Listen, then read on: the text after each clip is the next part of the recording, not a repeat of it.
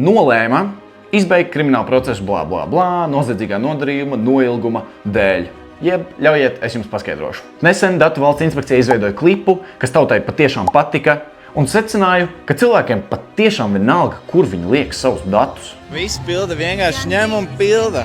Un arī man ir bijusi ne tā foršākā pieredze, kad 16 gadu vecumā centos internetā nopirkt kameru, no manis izkāpa datus, gandrīz 500 eiro, un 6 gadus vēlāk saņemtu ziņu no policijas, ka tā lieta ir izbeigta.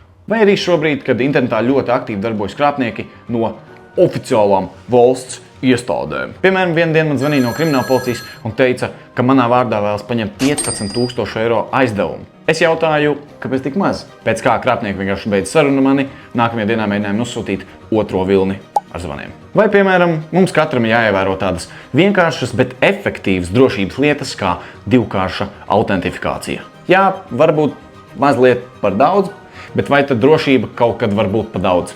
Un šādas visādas pieredzes mums katram gadās, tāpēc ir ļoti svarīgi vismaz kaut nedaudz aizdomāties, kur nonāk tavi dati. Obligāti padalies ar šo video ar saviem tuviniekiem.